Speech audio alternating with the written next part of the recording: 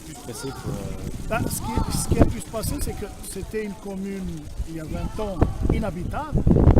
Ce quartier-là, je ne dirais pas ce que je dis de cette commune, il y a 20 ans. Ça veut dire qu'il y avait beaucoup de maisons abandonnées, les rues n'étaient pas ce que vous voyez aujourd'hui, les trottoirs n'étaient pas ça, l'éclairage n'était pas ça. Il y a un travail formidable qui a été fait par les autorités communales, par la région de Bruxelles, par le gouvernement même fédéral. Ils ont injecté beaucoup d'argent dans cette région, enfin dans toute la région de Bruxelles, et en particulier dans ce quartier. Maintenant, le changement urbain n'a pas été accompagné par un travail socio-culturel profond, etc. C'est ce qui crée un peu cette différence, ce qui fait que l'image et l'amélioration du quartier n'a pas été bien communiquée. Et à Bruxelles, partout, c'était le quartier pourri, où il y a des maisons abandonnées, où il y a des gens qui squattent les maisons, etc. Les événements qu'on a connus d'attentats, etc., ont fait que les gens associent toujours cette commune à cette image aussi. Au niveau communal, bourgmestre qui avait une carrure un peu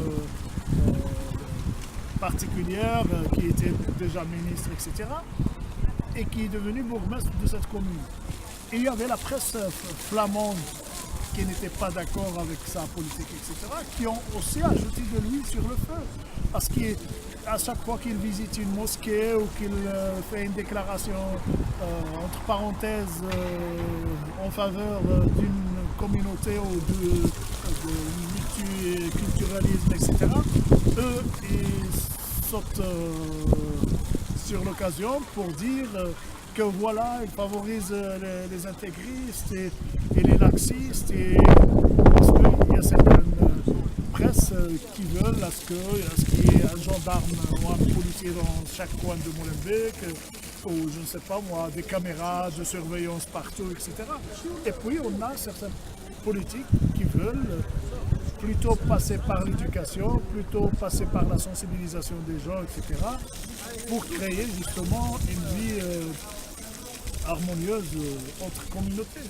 Parce que justement Philippe Moreau, il prenait la tolérance, l'ouverture, et c'est ce qui lui est reproché maintenant. Vous en pensez quoi ? Philippe Moreau, il n'est pas le seul. Pour moi, c'est tous ceux qui étaient là au collège, parce que c'était une majorité socialiste, libérale, ou à chaque fois participaient d'autres petits partis. Ils ont tous contribué au changement urbain de notre quartier, qui était, comme j'ai dit, vraiment dégueulasse. Mais Philippe Moreau, il a joué sur sa personnalité pour faire venir un peu plus d'argent. Donc il a fait profiter quand même la commune sur le plan matériel, sur le plan des subsides, sur le plan... Parce que je suis sûr et certain que si c'était un autre bourgmestre qui allait chercher les moyens, on n'aura pas. Mais il faut rendre hommage à tous ceux qui ont participé justement à ça, parce que lui tout seul ne peut pas tout faire. Donc il y avait quand même l'ensemble des autorités communales ont participé à justement à faire évoluer ce quartier. Après ça tend... Est-ce que vous avez remarqué à un moment donné le basculement vers la radicalisation ?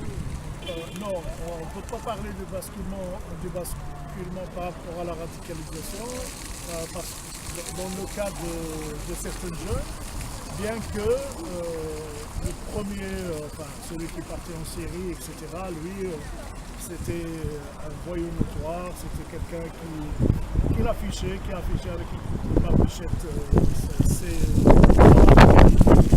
même ça aide la Belgique, la commune, tout ce qui est autorité locale.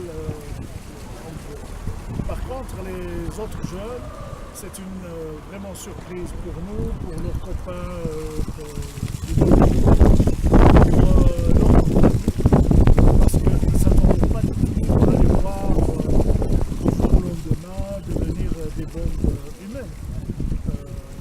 On a même certaines personnes qui nous ont informés, qui ont des contacts avec les parents, qui nous ont dit qu'ils ont vécu ça comme un suicide d'une personne de la famille.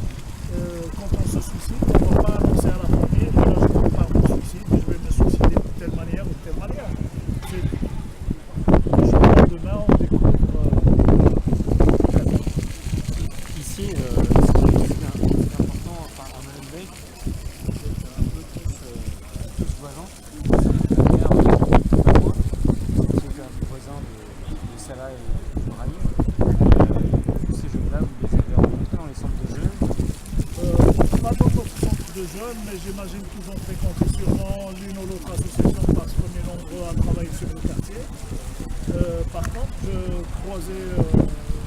les croisais dans la rue, comme je croise ses parents, comme je croise ses frères et sa famille et les autres membres de sa famille, les autres voisins. Il n'y avait rien, mais alors vraiment rien, comme signe externe qui pouvait me faire croire que ces jeunes-là avaient un projet de l'avenir aussi dramatique que celui qu'on a connu. Quand vous les croisiez dans leur tenue vestimentaire, dans leur manière d'être, c'était comment? Non, tenue vestimentaire tout à fait normale, vraiment comme tous les jeunes.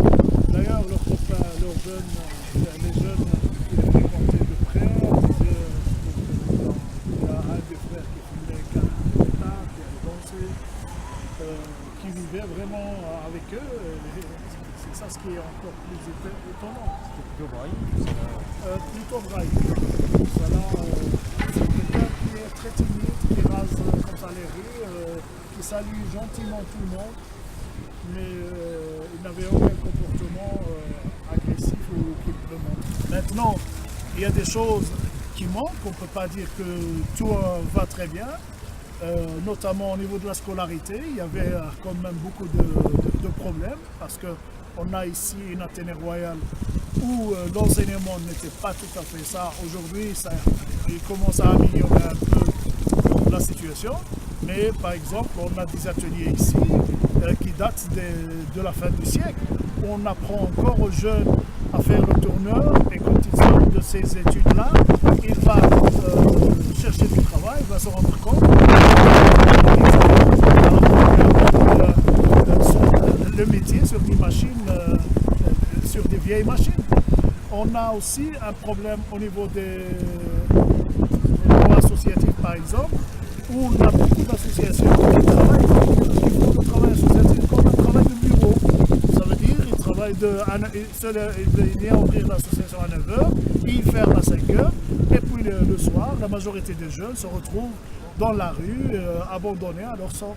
Alors que le travail normalement associatif, je ne demande pas à ce que les acteurs socioculturels restent tout le temps dans la rue, mais c'est à nous, les associations, d'accompagner ces jeunes-là pour aller voir une pièce théâtrale, d'organiser un peu leur vie culturelle. Pour déraper parce qu'ils n'ont pas été suffisamment aidés et aiguillés, je dirais, dans le sens culturel. Je ne peux pas justifier, je n'aime pas justifier un criminel ou un crime est un crime. On peut pas. Il faut vraiment une analyse de la situation pour savoir ce qui a fait qu'il a dérapé. Parce qu'il y a certains qui disent oui, c'est à cause de l'emploi, etc. Moi, je ne suis pas en train de justifier ces jeunes. Leur acte, il est condamnable sans ambiguïté.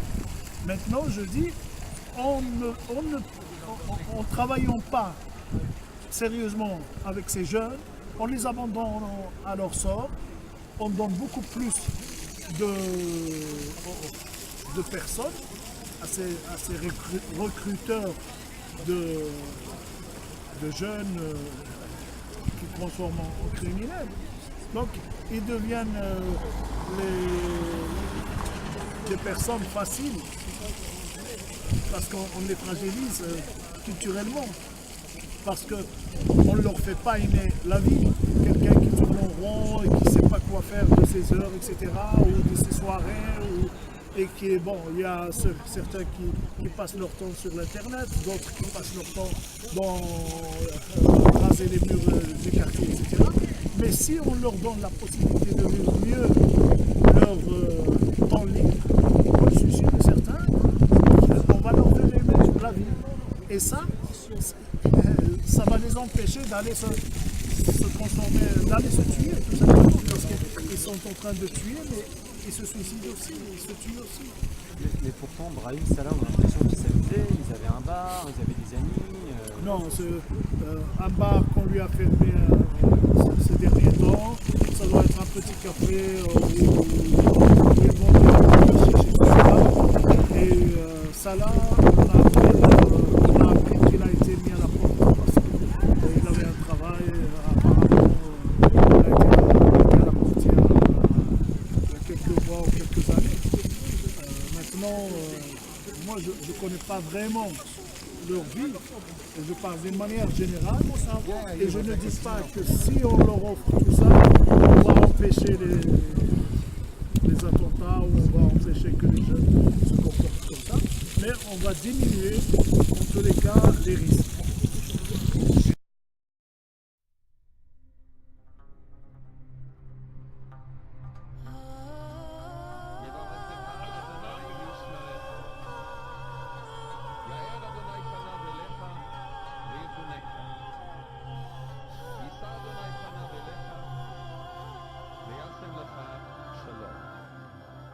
Juliana. Rodio, V7, unis pour la paix. Que tu fasses qui pour Ramadan ou Carême, tourner vers la Mecque, Rome ou Jérusalem, que tu portes l'étoile, la croix ou le croissant, il n'y a qu'un Dieu sur terre et on est tous ses enfants. Je lance un appel à tous les fils d'Abraham, à ceux qui disent shalom, à ceux qui disent salam, à ceux qui prient le Père, le Fils, le Saint-Esprit, je le crie haut et fort, le Christ était juif lui aussi. Dans les saintes écritures, dans les saints sacrements, dans la Bible nouvelle, dans l'Ancien Testament, depuis Mathusalem, depuis la nuit des temps, le monde et tous les prophètes, sans rester impuissants, des prières de l'Orient jusqu'aux rives de l'Occident, des paroles d'évangile aux écrits du Coran, du haut des synagogues, des mosquées, des églises. Je dis que ce qui nous lie est plus fort que ce qui nous divise. Salam, shalom. Et pour les hommes. Shalom, salam. Stopper les armes. La guerre des religions, c'est pas la religion. On est pris en otage, on doit payer la rançon. Ne crois pas que la guerre peut résoudre les problèmes. Qui sème le tourment récoltera la haine. Ne fait bien la paix qu'avec ses adversaires, les amis d'aujourd'hui sont les ennemis d'hier. À ceux qui prient Hachem, Jésus ou Allah, même à ceux qui ne prient personne, à ceux qui n'y croient pas. Salam, shalom. Et pour les hommes. Shalom, salam. Stopper les armes. Stopper les armes. On aurait pu s'entendre, on aurait pu parler. On a fait de nos siècles des rendez-vous manqués, des croisades inutiles à la force de l'épée. Il est temps de s'unir, on y est condamné. Salam, shalom. Et pour les hommes.